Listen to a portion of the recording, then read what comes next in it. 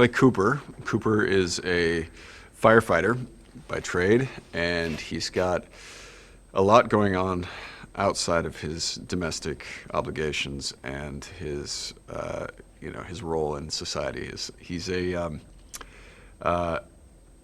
father, and he loves his daughter very much, and I think that he finds himself in a pretty tricky situation in this film, as the title suggests. He finds himself in a trap, so he's got to find his way out, and it's very, very dark, and so my whole process was trying to find the buoyancy and the lightness within that, understand what this character could be going through, try to get into his head and feel this all from his perspective, and give him the benefit of the doubt, even though he's someone who's kind of irredeemable. He is irredeemable, but for me, I can't look at him that way. So I've got to ultimately get to know him and get to like him in some respects. Saleka is she's an extraordinarily talented human being who has made, I think, she's probably had the most to do on this film. Maybe, I'm not gonna say, maybe more than Night. Like she's had to write an album. She's had to learn all the choreography for a stage performance. So basically she's had to go on tour, learn everything that she needed to do to go on tour. She also had to create a character. And none of this is from her perspective. And what she's also doing with the music is that she is soundtracking my character's kind of interactions and the way he's understanding what's happening. All the songs, which are amazing in their own right, have to do with what my character is going through in the film. He's one of the true original filmmakers of our time, and the fact that he can continually put out films that have this sort of these excellent concepts with terrific performances, and he gets audiences in to see them. It's an enormous achievement. There aren't many people that can do that. Very, very few. And he's got a singular perspective. There's nobody like Night, and you got to respect that. It's an enormous achievement to be able to kind of create a signature style within this industry, and yet he's always exploring something that's unique to him, and they're always, you can see over the course of his whole career the arc of who he is and what he's aiming toward. They hired somebody to create an actual concert, to do all the lighting, to do all the videography, to make it appear, even if it's in the background, like an actual massive concert is going on in this huge stadium. And it does. They did it. They pulled it off. And to have that constantly being, live playing in the background while you're doing these scenes is a crazy thing to do. But it has an enormous effect because everybody in the audience is there for it. All the people around us knew the lyrics to the songs, were singing along to it. It feels like a real event. The only way that it can work is if we have the audience interested in this character, sort of loving this character, even though they know that there's something very, very dark happening underneath. Night has had such an interesting trajectory in his career, and in his current mode of owning his own films, doing everything himself, I think he's blossoming into one of the great auteurs of our time. For a movie that's about a serial killer, I don't think you could have more fun making a film than we've had making this film. I play the Thinker, who is a huge pop megastar, and I appear in the story doing a cameo appearance with Lady Raven. It's been so great, man. Saleka's just mad cool. We worked on the song from the ground up together, me, her, and my partner Dot, and it was really great, because we kind of just found each other's kind of vibes right away. We fit so perfectly on the record when we were putting it together, and just her input. She's very, very knowledgeable, a very knowledgeable musician, and her voice is phenomenal.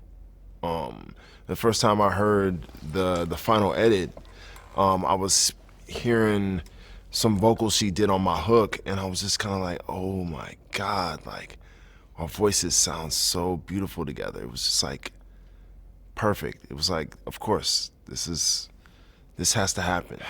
I've been wanting to work with M. Night my whole career, man. He is one of my cinematic heroes, and on top of that, he is just the sweetest man. I play a character called Lady Raven, who is the singer that's, the concert that the main characters arrive to. And then she sort of gets intertwined with the plot and the main characters in the second half of the movie. Well, this was a very personal one because it was sort of an idea that my dad and I had a long time ago, was to do a project together, kind of bring music and film together, which is something that, they go together very much in our culture, from Bollywood and all that. So it's something that feels very natural, but we wanted to do it in our kind of way that felt more Shyamalan. So that was kind of a seed that was there for a long time. And then he came up with this great idea about, a trap at a concert and kind of making it into a thriller, and there's a serial killer and all of that. And so that was just the beginning of the idea, and then he wrote the script, and there was lots of spots for songs. Originally it was like 18 or 19 songs, and then as the script kind of got narrowed down, it became 14, and I ended up writing an album for it. Finding the sound for the album was the initial point of like, who is this character and where is she coming from?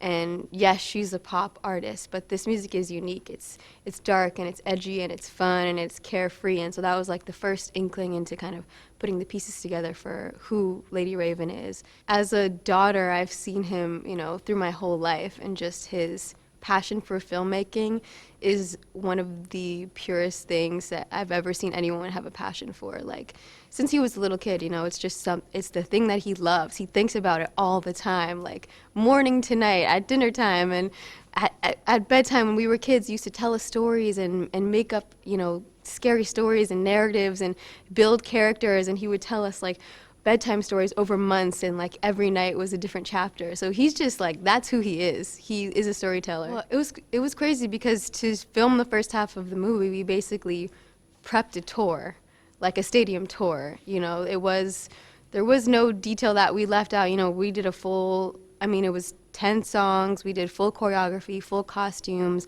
full screens, transitions, sets, multiple different sets. So we spent a lot of time putting that together. It wasn't like a normal kind of production design thing for a movie. It was like, all right, let's make a tour. What is this character's tour like? What's the opening song? Where does it go from here? What's like the points that the audience is surprised and having fun, and kind of like the up and down of it, and planning out the order of the songs to kind of create an arc of the show within the movie. As I was writing the songs, something that was important to me is that, not only do the songs function as like what's happening in the background, but because the music is playing, it's sort of scoring the movie. The songs have to function in both ways, so it kind of made it a fun challenge to create this show that's following his character, but is also functioning separately from it. So it was super challenging, but fun. Yeah, very huge leap. I was like, not sure how I would do it or if I could do it, but I think one of the things that my dad is amazing at is like believing in people and making them believe that they can kind of accomplish anything. And it's not just like with his kids. He's like that with everyone. He sees something in people and he's like, wow, I see this thing that's special in you, and I believe you can do that and more. And he just pushes people. And I think he did that for me. And it was like, what greater of a mentor could you ask for, There's a lot of emotions in it, and it kind of bridges the gap between like thriller and drama, and it's also like basically a concert in one, so there's a lot of elements to it. I think like something that's beautiful about the way that my dad writes and directs is that no character is one-dimensional, and everyone has so many nuances, and I think that's true about humanity. Like he brings that out in his storytelling, and the way that, a villain isn't just a villain. They're maybe a loving dad, and they love their daughter, and they have a moral system, and there's a reason why they do bad things. The Lady Raven character, we imagined her as this kind of very honest and feminine and powerful person, and so I wanted to bring that into all of the songs. But again, there's this mystery, and her costumes are, starts with a hood, and there's all this mystery and darkness to it. So I loved to bring that darkness into the songs, and it makes it super fun in juxtaposition with the film. And then for me personally, this was sort of just kind of developed as I was writing the songs. I ended up following a little bit of Cooper's storyline in sort of the lyrics of the songs, and so in the beginning, when you don't know what's happening with him yet, it's very ambiguous. But then sort of as the plot starts to unfold and you realize who he is and things start to uncover, the lyrics are very kind of connected to what's going on. And it's sort of in a subtle way because you don't want it to take it out of, don't want to be taken out of the context of the film. But, little things like, hiding from myself and liar and save me and dead end. And there's a lot of lyrical things in there, source of the bleeding, and just there's a lot of little lyrical content and kind of escalating as he's escalating in his anxiety and trying to get out. As a daughter, I'm like, I want my dad to be proud of me and I want him to like what I'm making. And, that's sort of like above all else, that's what I was feeling throughout the process is like, I want him to be proud, and this opportunity to work with him is such an amazing thing, and I just want to like do it justice. Russ is amazing, and it was one of the people that I really wanted to work with, and so we just reached out to him, and luckily he said he was into it, and it was just very friendly. He's like the most down-to-earth person, and we just did a FaceTime and talked about what the movie was about, and I sent him like 5 beats that I made, and he picked one, and I was hoping that he would pick this particular beat, and he did. And then I think I sent him like the beat at 10 p.m. and at 11 p.m. he sent me back like his first verse, and I was like so excited just hearing his voice, which is a voice that I've listened to so much on like a beat that I made. It was like the funnest thing ever, and I was like playing it for all my friends. I was like, look what he did, and he just absolutely killed it. And so going from there, I did my part next to that, and then we kept progressing, and he was just he's immensely talented and so great to work with. Firstly, I just have to say it's like a dream come true to work with Kid Cudi, who is an idol of mine and someone that I've listened to since I was very young. So I played Parker Wayne. I think the way he fits into the story is just another element of like distraction and excitement that Cooper has to manage, with his daughter, because his daughter is a huge fan of Lady Raven and also Parker Wayne, and so she sees both of them, and it's just heightened level of excitement for her that now he has to further manage. Working with Saleka is amazing. She was really kind of the visionary behind the whole song that me and her did. I just kind of followed her lead, but she's so talented, like producing all the music, and she's really, really good at crafting something like strictly for a scene and for a movie.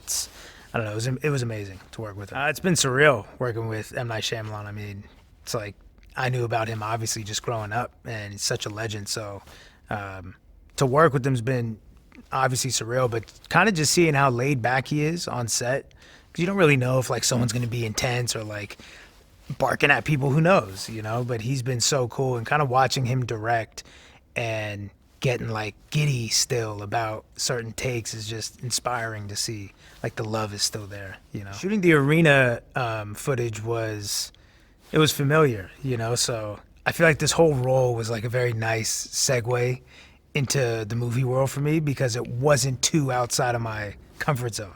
I was somewhat playing myself, I think the most like inspiring thing was watching Night direct and watching how excited he would get like while the take is going on, because it was just so cool to still see that like kind of childlike excitement and enthusiasm at this stage of his career. It's not like this is his first movie, but watching him direct, it felt like he still is just so ecstatic about every take and loves the process, and that's really inspiring. I play Dr. Josephine Grant.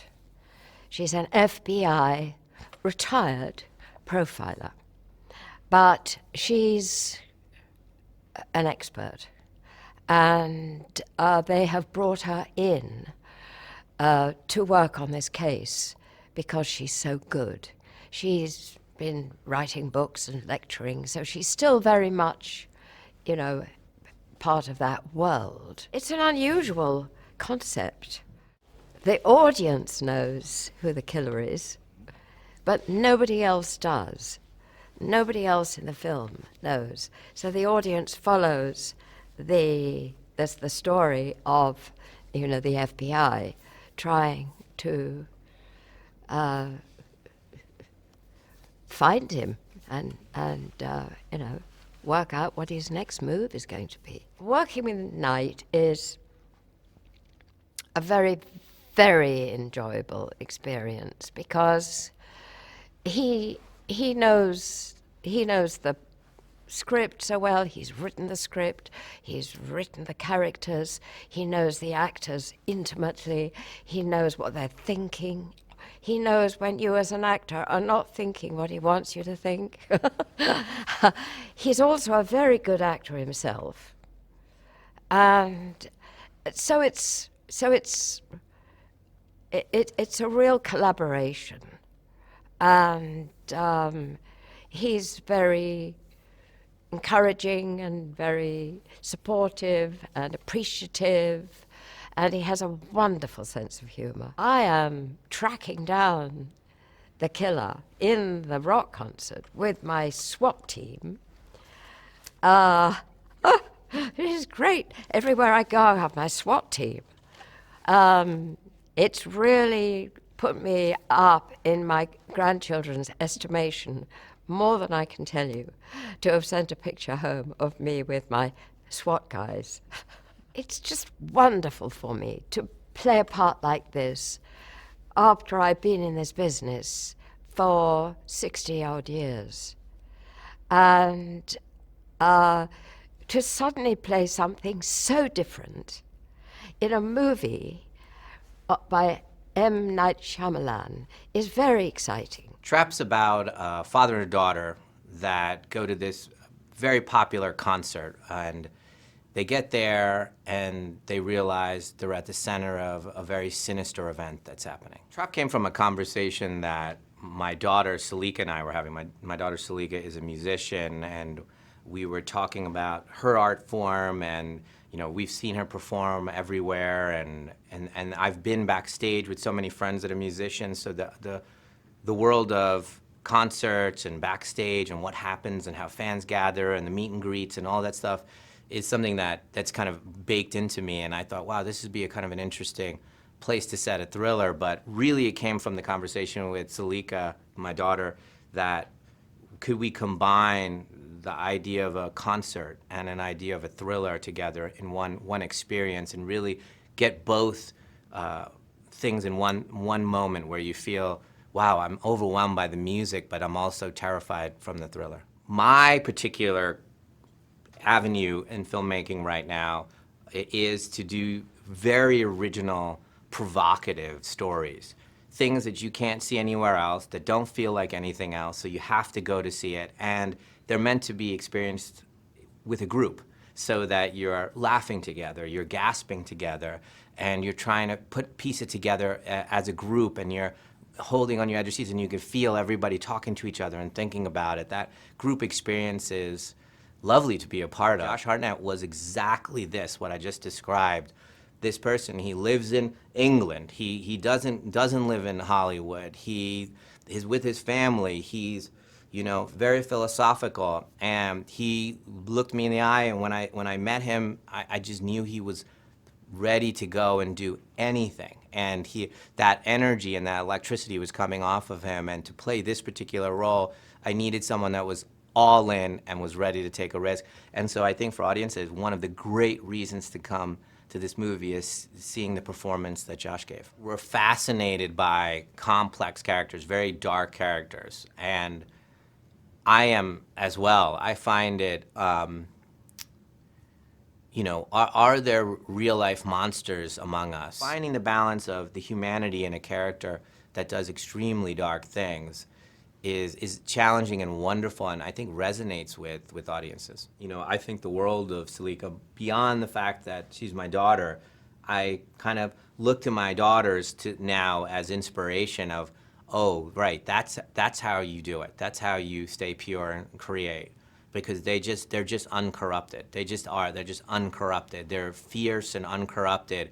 And as they're learning to battle their demons or learn the craft or, you know, get the thing out, the one thing they're not compromising is this authenticity. What I wanted it to be, I knew it was going to be, because Saleka is this pure artist. So I was like, Saleka, this is the situation. This is who I think this fictional character is. Can you write with this angle on this character? But she feels this way to her audience. This is who loves her and why. This was her last album. And we have discussions, and then one song after another, Saleka would write, and it would be this kind of Christmas every time she's like, I got another song, and I'll be like, oh my God, I can't wait. And put the headphones on and listen, or wherever she plays it down in the studio, and I can't believe it. And every time I'm in awe. It's just, you know, when you're with an artist, whether it's Josh or Saleka, who are at that place, that kind of perfect pitch place where they can hear their own voices, you just get out of the way a little bit as a director and a creator. So it's just I hope, I know audiences will feel that authenticity and that magic from the music. Because of the nature that it at its center is music, it's very new and different than my other movies.